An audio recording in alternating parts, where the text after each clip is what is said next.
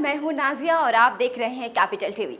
आज हमारे पास कोरोना से लड़ने के लिए तीन वैक्सीन मौजूद हैं। ऐसे में जाहिर है कि आप अगर वैक्सीन लगवाने की सोच रहे हैं तो ये सवाल भी ज़रूर मन में आ रहा होगा कि कौन सी वैक्सीन सबसे सुरक्षित है और मैं कौन सी वैक्सीन लगवाऊं। आपकी इस उलझन को दूर करने के लिए देखिए हमारी ये रिपोर्ट।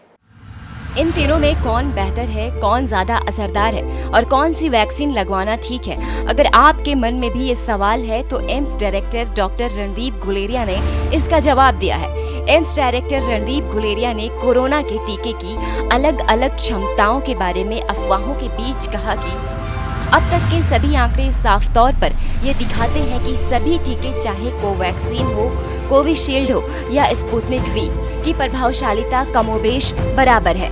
भारत में उपलब्ध ये टीके एंटीबॉडी बनाने में बराबर असरदार हैं। गुलेरिया ने कोविड-19 के संबंध में लोगों की तमाम शंकाओं का समाधान करते हुए आगे कहा, जो भी टीका आपके क्षेत्र में उपलब्ध है, आप आगे बढ़ें और अपना टीकाकरण कराएं ताकि आप और आपका परिवार सुरक्षित रहे। गुलेरिया ने टीकाकरण के बाद पर्याप्त एंटीबॉडी के बारे में आम तौर पर उठाए गए सवाल का जवाब देते हुए कहा कि ये समझना जरूरी है कि हमें केवल एंटीबॉडी की मात्रा के आधार पर टीकों की प्रभावशीलता का फैसला नहीं करना चाहिए। एम्स निदेशक ने कहा कि टीके कई तरह की सुरक्षा देते हैं, जैसे एंटीबॉडी मेमोरी सेल जो हमारे संक्रमित होने पर अधिक एंटीबॉडी बनाते हैं। अब तक असर को लेकर जो नतीजे आए हैं वे परीक्षण अध्ययनों पर आधारित हैं, जहां हर परीक्षण का अध्ययन डिजाइन कुछ अलग है। नीति आयोग के सदस्य वीके पॉल ने कहा कि ऐसा लगता है कि कुछ लोग टीकाकरण के बाद एंटीबॉडी परीक्षण कराने के बारे में सोच रहे हैं, लेकिन ऐसा करने की जरूरत नहीं है क्योंकि अकेले एंटीबॉडी किसी व्यक्ति की इम्यूनिटी की जानकारी नहीं देते हैं। उन्होंने कहा, ऐसा टी कोशिकाओं या स्मृति कोशिकाओं की वजह से होता है। जब हम टीका लगवाते हैं तो ये कुछ बदलावों से गुजरते हैं, वे मजबूत हो जाते हैं और ये वायरस से लड़ने की ताकत हासिल करते हैं। और टी कोशिकाओं का पता एंटीबॉडी टेस्ट से नहीं लगाया जाता क्योंकि ये अस्थि मज्जा यानी बोन मैरो में पाए जाते हैं।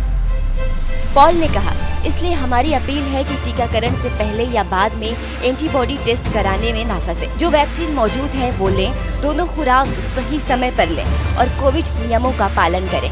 उन्होंने ये भी कहा कि लोगों को ये गलत धारणा नहीं बनानी चाहिए कि अगर उन्हें कोविड-19 हुआ है तो वैक्सीन की जरूरत है। इस समय विशेष रूप से 3 कोविड टीके, जिनमें रूस का कोविड-19 वैक्सीन स्पुतनिक वी भी शामिल है।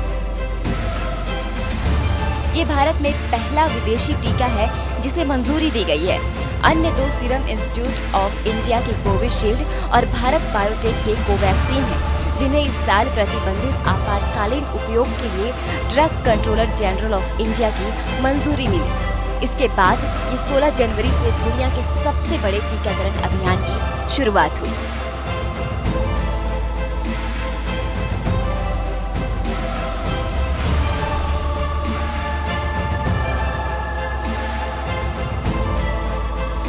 कैपिटल टीवी भी बार बार आपसे ये कहता रहा है कि कोरोना की वैक्सीन जरूर लगवाएं और सबसे जरूरी कोरोना से जुड़ी तमाम सावधानियों का सख्ती से पालन करें। फिलहाल के लिए बस इतना ही। ऐसे ही खबरें देखने के लिए बने रहिए हमारे साथ और देखते रहिए कैपिटल टीवी।